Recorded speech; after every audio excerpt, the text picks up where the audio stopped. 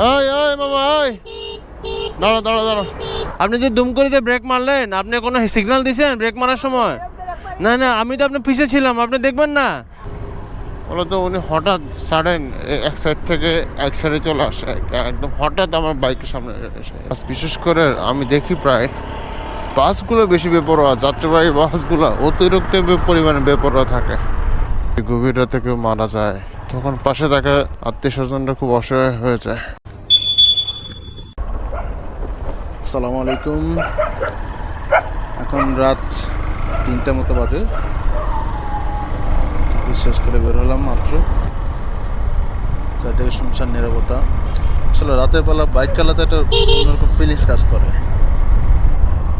রাতের বেলা অবশ্য বাইক চালায় মজা আছে,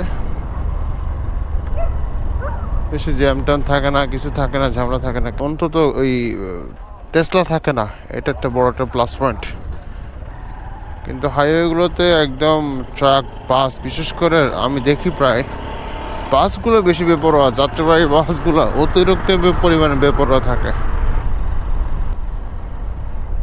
রাতের বেলা।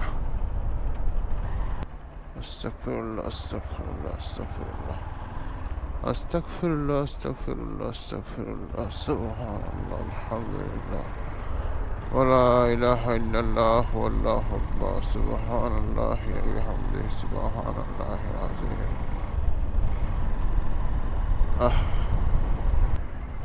মানুষের জীবনে কোনো মূল্য আছে? বিশেষ করে যখন মানুষ এই গভীর রাতে কেউ মারা যায়, তখন পাশে থাকা আত্মীয় স্বজনরা খুব অসহায় হয়ে যায়। হসপিটালে মারা গেলে তো অন্তত আশায় থাকে যে এই টাইমে ডাক্তার আসবে বা নার্স আসবে বা দায়িত্বটা থেকে একজন তো আসবে, কিন্তু প্রবলেমটা হচ্ছে যারা বাসায় থাকে এরা প্রচণ্ড অসহায় থাকে। কি করবে? আনপ্রেডিক্টেবল একটা সমস্যায় পড়ে, যে কি করা যায়। ঢাকা মেডিকেল, আমি যেদিন অ্যাক্সিডেন্ট করছিলাম সেদিন কি বলবো, অসহায় মনে হয়েছে আমার, ভালো অসহায় মনে হয়েছে।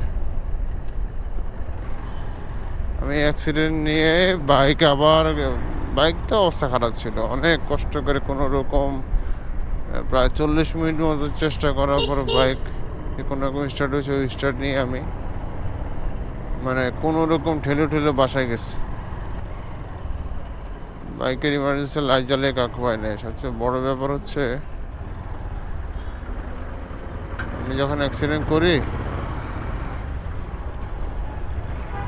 যার সাথে অ্যাক্সিডেন্ট করি সে লোকটাই আমারে ব্যাক আপ দেওয়ার চেষ্টা করছে। বলো তো, উনি হঠাৎ সাডেন এক সাইড থেকে এক সাইডে চলে আসে, একদম হঠাৎ আমার বাইকের সামনে এসে। রাতেরবেলা গাড়ি রাস্তা খালি থাকে, বাইকের গতি ভালো থাকে মোটামুটি, কিন্তু লাকিলি আমি গতি কমে ফেলছিলাম ফার্স্টেই, এবিএসটা আগেই দিয়ে দিয়েছিলাম, এই জন্য বেশি দূরে যেয়ে পড়ি নাই। এই প্রতিদিনের মতো আজকে আমার খালি লুকিং গ্লাসে ঠিক করা লাগে, এটা খুবই বিরক্তিকর।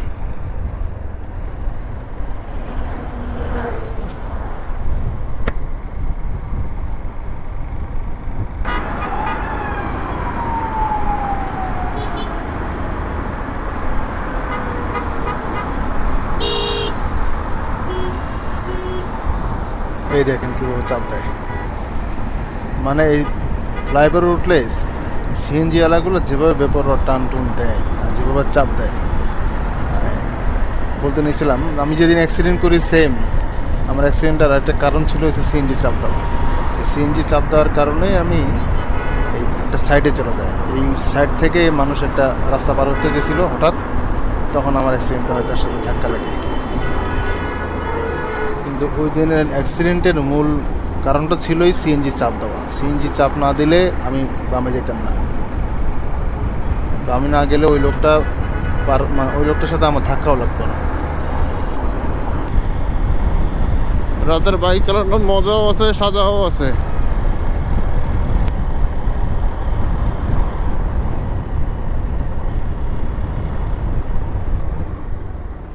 এই দেখেন কার্বন, বললাম না যে রাতের বেলা সিএনজি গুলা এত উড়াদৌড়া বেপরোয়া চালায়, কোনো সিগন্যাল নাই, কিছুই নেই। ওই ওই মামা ওই, দাঁড়া দাঁড়া দাঁড়া।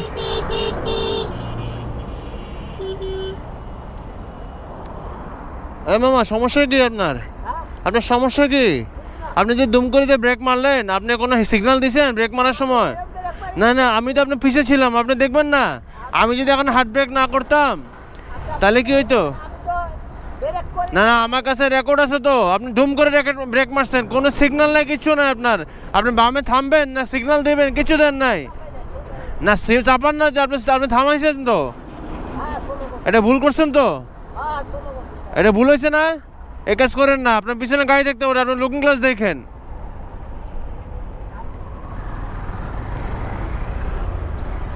তো এই হচ্ছে এদের অবস্থা।